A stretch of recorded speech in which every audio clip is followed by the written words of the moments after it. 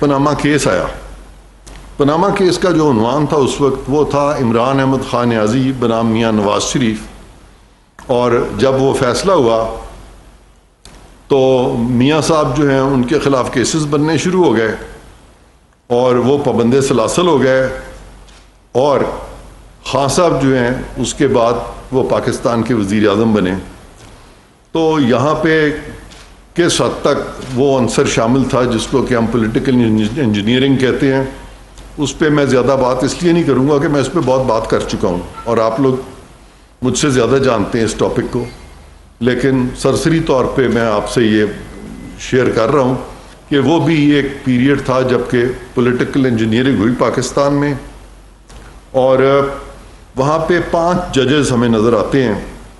ان 5 ججز میں سے ایک جج صاحب جو ہیں وہ آج بھی پاکستان سپریم کورٹ کا حصہ ہیں اور وہ آپ سب جانتے ہیں. اگر میں آپ سے پوچھ لوں کہ ان کا نام کیا ہے تو میرا خیال ہے کہ آپ تو بتا ہی دیں گے. کون ہے؟ نہیں، یہ وہ چیف جسٹس صاحب سے بھی آگے ہیں. تو وہ صاحب پناما کیس میں مانیٹرنگ جج تھے. ٹھیک ہے جی. اب میں اس لیے بات کر سکتا ہوں کہ پناما کیس میں اگر آپ کو یاد ہو ریسنٹ پاسٹ میں مریم بی بی بھی ایکویٹ ہو چکی ہیں اور اس کے جو آرگومنٹس آئے تھے جس میں کہ وہ وائلیشنز جو کہ قانون کی اور آئین کی سپریم کورٹ سے ہوئی ہیں اس کا تذکرہ بھی وہاں بڑے کھل کے ہوا تھا. برکیف یہ دوسری گورنمنٹ پاکستان میں ٹاپل ہوتی ہے اور ہوتا یہ ہے کہ وزیر اعظم یا حکومتیں پارلیمان نکال سکتی ہے، نو کانفیڈنس کے ذریعے تو جا سکتے ہیں لیکن عدالتوں کا اس میں کوئی عمل دخل نہیں ہے. لیکن یہاں پہ میں نے آپ کو بتایا کہ 2 حکومتیں عدالتوں نے گرائیں، وزیر اعظم یوسف رضا گیلانی کی حکومت اور پھر میاں نواز شریف کی حکومت جو ہے وہ عدالتوں نے ان کو گھر بھیج دیا. اس کے بعد ایک اور بینچ فارم ہوتا ہے اور اس میں بھی یہی جج صاحب جو ہیں وہ اس کا حصہ ہوتے ہیں. اور اس کے علاوہ جسٹس ثاقب نثار وہ بھی کسی تعارف کے محتاج نہیں ہیں، سب ان کو جانتے ہیں. میں نہ تو کسی جج کی یہاں برائی کرنے کے لیے بیٹھا ہوں نہ میں اس کی تعریفیں کرنے کے لیے بیٹھا ہوں. وہ آپ پہ چھوڑتا ہوں کہ آپ ان کے بارے میں کیا تاثر قائم کریں گے. میں صرف آج آپ کو کچھ فیکٹس گوش گزار کروں گا تاکہ ہم سارے مل کے تھوڑی سی اپنی میموری ریفریش کریں اور اس کے بعد پھر میں فلور کھول دوں گا اور آپ مجھ سے سوال کیجئے گا.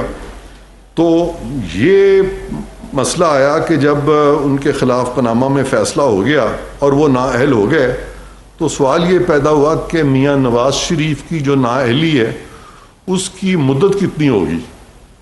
تو اس بینچ نے جس میں کہ یہ جج صاحبان شامل تھے، میاں ثاقب، یہ موجودہ جو ہے بندیال صاحب، اعجاز الاحسن صاحب، عظمت سعید صاحب اور سجاد علی شاہ صاحب، انہوں نے کہہ دیا کہ یہ جو ڈسکوالیفیکیشن ہے یہ فار لائف ہے.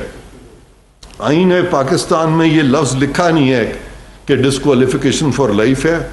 بڑے سے بڑے جو خوفناک سے خوفناک جو جرائم ہیں وہاں پہ بھی لائف نہیں ہے. یہاں پہ کیسے لائف ہو گئی جبکہ آئین میں لکھا ہی نہیں ہے؟ کیا یہ اس وقت کی سپریم کورٹ نے کانسٹیٹیوشن خود ہی لکھ دی تھی یا نہیں لکھی تھی؟ یہ بھی آپ پہ منحصر ہے کہ آپ اس کو کس طرح سے لیتے ہیں. تیسرا کیس آیا جی. اب سوال یہ پیدا ہوا کہ میاں صاحب نااہل بھی ہو گئے ہیں، میاں صاحب تا زندگی بھی نااہل ہو گئے ہیں، ان کے خلاف نیب کے کیسز بھی شروع ہو گئے ہیں. لیکن اب یہ تھا کہ ابھی بھی یہ زندہ ہیں. زندہ ہے تو اب یہ ان کا جو اسفیئر آف ایکٹیویٹی ہے وہ کیا ہے؟ تو ان کے اسفیئر آف ایکٹیویٹی میں یہ تھا کہ وہ پی ایم ایل این کے قائد تھے. تو کوشش یہ کی کہ ان کو وہاں سے بھی ہٹا دیا جائے. لہذا یہاں پہ یہ سوال سپریم کورٹ کے سامنے رکھا گیا کہ ایسا شخص جو نااہل ہو گیا پھر جو تا حیات نااہل ہو گیا، کیا وہ شخص پارٹی ہیڈ ہو سکتا ہے؟ اس پہ بھی قانون میں کہیں نہیں لکھا کہ وہ نہیں ہو سکتا، لیکن قانون کو اس طرح سے اسٹریچ کیا گیا اور اس طرح سے یعنی ریزننگ کی گئی بڑی لینتھی اور ایبسٹریکٹ کہ انہوں نے کہا کہ ہاں اب یہ پارٹی ہیڈ بھی نہیں ہو سکتے. تو چنانچہ یہ تیسرا کیس ہے، اس میں ذرا ججز کے نام آپ سن لیں. مجھے نہیں پتا آپ نے لیٹلی ان کا وہ کلپ دیکھا کہ نہیں. وہ ایک خاتون ہے، وہ بڑی وہ دو ٹوک بات کرتی ہیں، ریما عمر صاحبہ. انہوں نے غالباً کچھ ذکر بھی کیا تھا کچھ بینچز کا، تو میں بھی ان کی اس بات سے متاثر ہوا تھا اور میں نے بھی اس چیز کو تھوڑا سا پھر کریدا. تو بالکل یہ جو تیسرا کیس ہے یہاں پہ یہ میاں نواز شریف کا کہ وہ پارٹی ہیڈ ہو سکتے ہیں کہ نہیں، اس میں جو ججز تھے یہ بھی تقریباً وہی سارے ججز تھے. اس پہ وہی جسٹس بندیال، جسٹس اعجاز الاحسن اور یہ اس طرح سے ثاقب صاحب تھے شاید، تو انہوں نے ان کو تاحیات نااہل کر دیا تھا. پھر جی پانچواں کیس ہے، یہ کیس بھی ایک بڑی سیاسی شخصیت کے بارے میں تھا. اس میں ایلیگیشنز تھیں کہ جی بنی گالا کی پراپرٹی کے بارے میں کچھ مس ڈیکلریشنز ہیں. یہ بھی معاملہ سپریم کورٹ میں آیا اور اس میں بھی بینچ تقریباً اسی طرح سے تھا.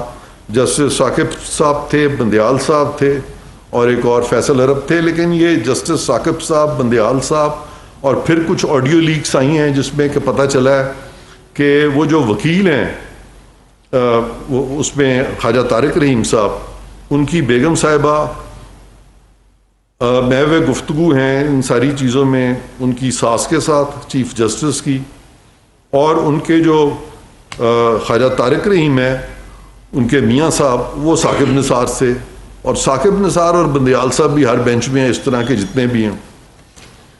پھر جی چھٹا کیس ہے، وہ بہت ہی مشہور زمانہ کیس ہے، وہ ڈیم فنڈ کیس ہے. ڈیم فنڈ کیس میں آپ سب جانتے ہیں کیا ہوا تھا کہ پہلی دفعہ ہم نے دیکھا کہ سپریم کورٹ جو ہے وہ ڈیم بنانے چل پڑی تھی. کیا یہ سپریم کورٹ کا کام ہے؟ یہ بھی آپ پہ چھوڑتا ہوں. اس میں بھی یہی ججز تھے، جسٹس ثاقب نثار تھے، جسٹس بندیال تھے اور یہ سب لوگ تھے، اور جسٹس اعجاز الاحسن بھی تھے اور منیب اختر بھی تھے. اس میں یہ تھے جو کہ آج کا ایک جو ٹریو میں نظر آتا ہے. تو پھر یہ مسئلہ اٹھا کہ سو موٹو پاورز جو ہیں وہ کون انووک کر سکتا ہے.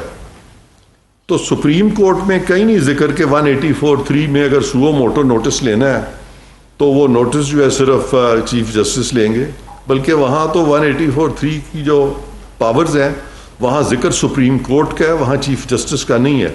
اور سپریم کورٹ جو ہے وہ بنتا مرکہ ہے چیف جسٹس کا اور تمام ججز کا. تو چیف جسٹس کو صرف ایک ایڈمنسٹریٹو فوقیت ایک حد تک ہے، لیکن جہاں فل کورٹ کے ڈیسیژنز ہیں، رول میکنگ ہے، یا جہاں بینچز میں ان کی سے ہے، تو وہ چیف جسٹس کی اور جونیئر موسٹ جج کی سے برابر ہے. تو لہٰذا یہ جب کیس آیا تو اس میں بھی ہم دیکھتے ہیں کہ جسٹس اعجاز الاحسن، جسٹس بندیال اور جسٹس منیب اختر اور دو دوسرے جونیئر ججز جو کہ آؤٹ آف ٹرن جن کو پروموٹ کیا گیا سپریم کورٹ میں لایا گیا، انہوں نے کہا کہ جی یہ ماسٹر آف دا روسٹر ہیں چیف جسٹس، یہ سارے کانسیپٹس جو ہیں پاکستان کے کانسٹیٹیوشن میں ہیں ہی نہیں. یہ بھی میں سمجھتا ہوں کہ کانسٹیٹیوشن کو انہوں نے ایک طرح سے ری رائٹ کر دیا اور چیف جسٹس کو حد سے زیادہ طاقتور بنانے کی کوشش کی گئی ہے. اس کے بعد یہ نو کانفیڈنس کا معاملہ آتا ہے، rejection of vote of no confidence. جب قاسم سوری صاحب نے یہ resolution of a vote of no confidence جو ہے اس پہ ووٹنگ، انہوں نے قاسم سوری صاحب نے ووٹنگ جو تھی روک دی تھی. تو یہاں پہ جو بینچ بنا ان کیسوں میں بھی وہی بینچ تھا، جسٹس بندیال تھے، جسٹس اعجاز الاحسن تھے، جسٹس منیب اختر تھے، دو اور ججز تھے جن کو شامل کیا گیا تو ان کے ویو بھی ڈیفرنٹ تھا. اس میں جسٹس میاں خیل اور جسٹس بندو خیل. تو ایک حصہ تو اس کے فیصلے کا بالکل صحیح تھا کہ ایک آئین میں اگر طریقہ دیا گیا ہے کہ کسی چیز پہ ووٹنگ ہونی ہے تو آپ ووٹنگ روک نہیں سکتے. اس حد تک سپریم کورٹ کا فیصلہ جو تھا اس سے پارلیمان کو بھی تقویت ہوتی ہے کیونکہ وہ میجورٹی جو ول تھی پارلیمان کی اس کے مطابق تھا. لیکن جو دوسرا حصہ تھا وہ یہ تھا کہ کچھ منرف اراکین تھے، ان کے بارے میں یہ فیصلہ کر دیا کہ منرف اراکین جو ہیں ان کے ووٹ جو ہیں وہ کاؤنٹ نہیں ہوں گے نو کانفیڈنس پہ یا کسی اور جگہ پہ. تو اس کے تحت انہوں نے کیا کیا کہ وہ جو حکومت ہے اب پنجاب گورنمنٹ حمزہ شہباز شریف صاحب کی، وہ حکومت انہوں نے گرا دی. تو پوری پنجاب کی حکومت سپریم کورٹ کے آرڈر سے گر گئی. جبکہ حکومت جو گرتی ہے یا بنتی ہے تو اسمبلی میں اگر کوئی کانفیڈنس لیتا ہے تو اس کی حکومت بن جاتی ہے، اور اگر وہ نو کانفیڈنس اس پہ ہو جاتا ہے تو اس کی حکومت گر جاتی ہے. سپریم کورٹ کا کوئی عمل دخل نہیں ہے. بہرکیف اس طرح کی تشریح کر کے اور انہوں نے ایک پنجاب کی حکومت گرا دی.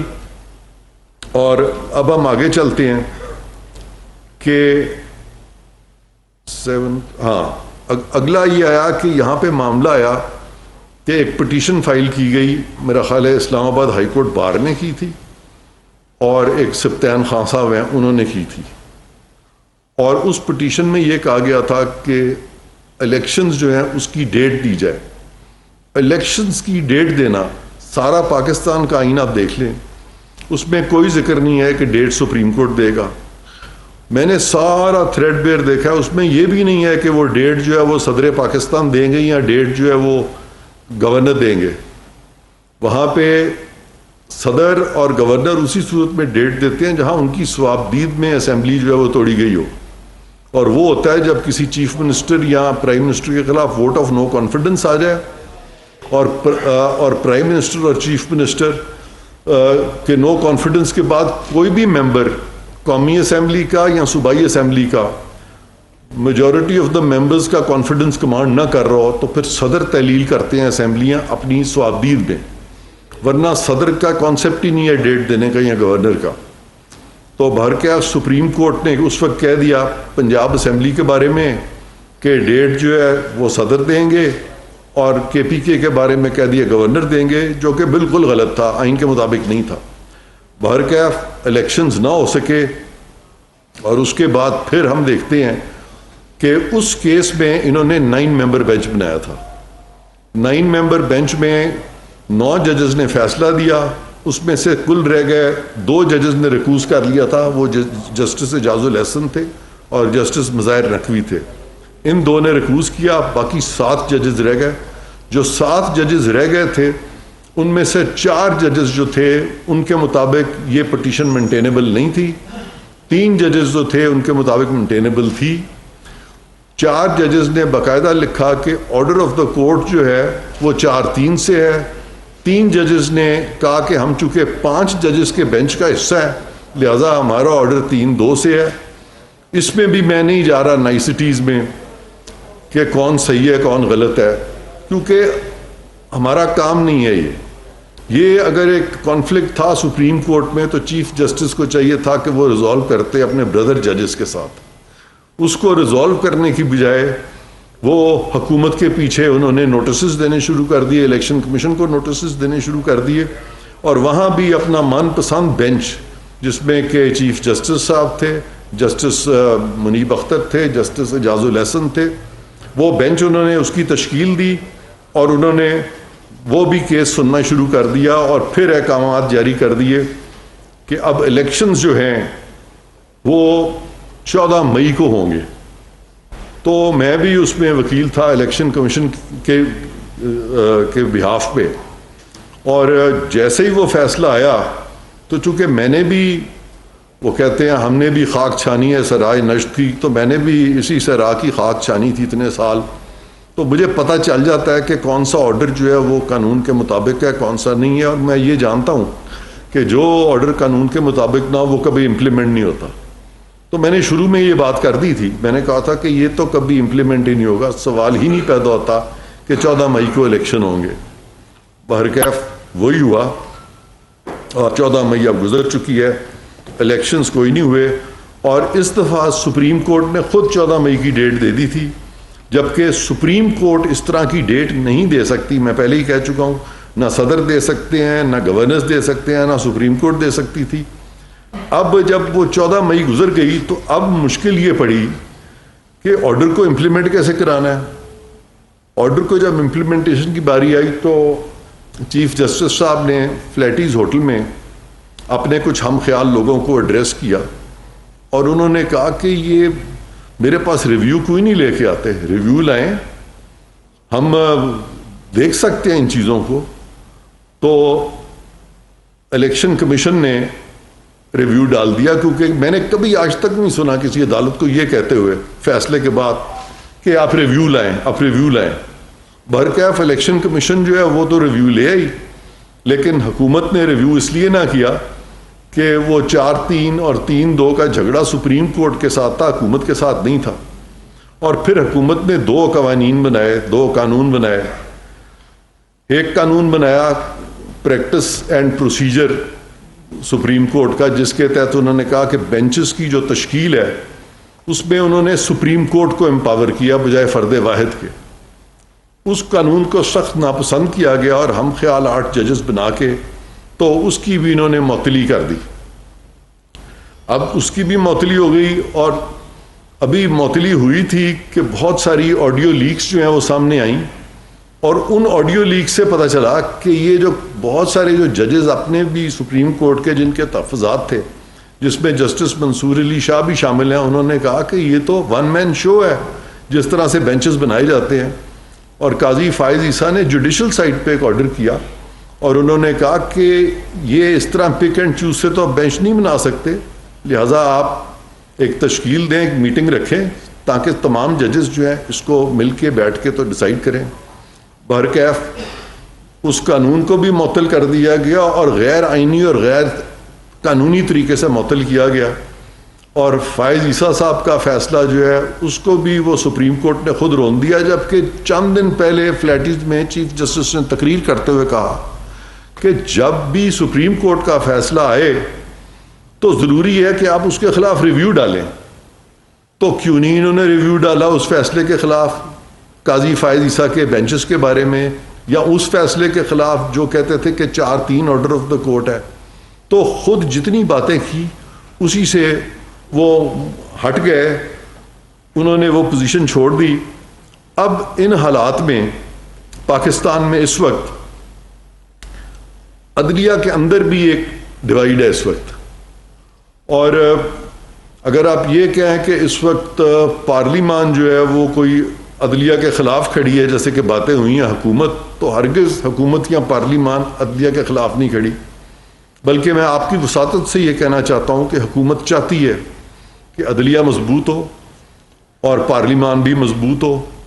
ہاں اگر کبھی کلیش ہو جائے عدلیہ میں اور پارلیمان میں انٹرپریٹیشن پہ، تو وہاں پہ کس کی مانی جائے گی؟ اس پہ آپ مجھے سوال بھی کر سکتے ہیں. وہاں پہ کس کی مانی جائے گی؟ وہاں پہ عدالتوں کی مانی جائے گی تشریح، یا وہ پارلیمان کی تشریح مانی جائے گی؟ مہذب قومیں جو ہیں اس طرح کے ڈفرینسز کو آپس میں مل کے طے کرتی ہیں. یہ نہیں ہوتا کہ اگر ایک کو کنٹیمپٹ آف کورٹ کی پاور ہے تو وہ اس پاور کو اپنی ایگو کے لیے استعمال کرنا شروع کر دے اور پارلیمان کو نیچا کورٹ دکھانا شروع کر دے. تو پارلیمان in any case is the mother of all laws. تو آج کا مقصد ہی یہ ہے کہ میں یہ بتانا چاہتا ہوں ساری قوم کو کہ ہماری حکومت یہ موجودہ جو ہے یہ مضبوط کرنا چاہتی ہے عدالتوں کو، سپریم کورٹ کو. ہم ہرگز، ہماری کوئی فرکشن نہیں ہے سپریم کورٹ سے، اور اگر سپریم کورٹ میں کوئی ڈیوائیڈ ہے تو سپریم کورٹ کے چیف جسٹس کو چاہیے کہ خود اس ڈیوائیڈ کو ختم کریں، دور کریں، تاکہ یہ جو ایک ملک میں ایک سیاسی بحران سا، ایک قسم کی بحرانی کیفیت پیدا کی گئی ہے عدالتوں کی طرف سے، وہ ونس فار آل ختم ہو، اور عدالتیں جو ہیں وہ اپنے دائرہ اختیار میں رہ کے کام کریں، اور نہ تو وہ مقننہ کے معاملات میں اپنے آپ کو الجھائیں، نہ وہ انتظامی معاملات میں اپنے آپ کو الجھائیں. نہ ان کے ڈیم بنانے کی ضرورت ہے، نہ ان کے ہسپتال چلانے کی ضرورت ہے، نہ ان کو پی آئی اے کے محکمے چلانے ہیں، نہ ان کو ریلیں چلانی ہیں. ان کو اپنے جو 1,00,000-1,50,000 مقدمے سپریم کورٹ الون اس وقت 50,000 مقدمات جو ہیں پینڈنگ ہیں، ان کا کام ہے کہ وہ ان مقدمات کو ڈسپوز آف کریں. اور یہ ساری چیز کا جو سلوشن ہے، یہ جو بھی اس وقت عدالتوں میں بحران پیدا ہوا ہے، وہ میرا کام نہیں تھا کہ میں ان کو بتاتا، لیکن میں چونکہ میں بھی اس ملک کا ایک باشندہ ہوں، ایک سٹیزن ہوں، اور اس وقت حکومت سے بھی منسلک ہوں.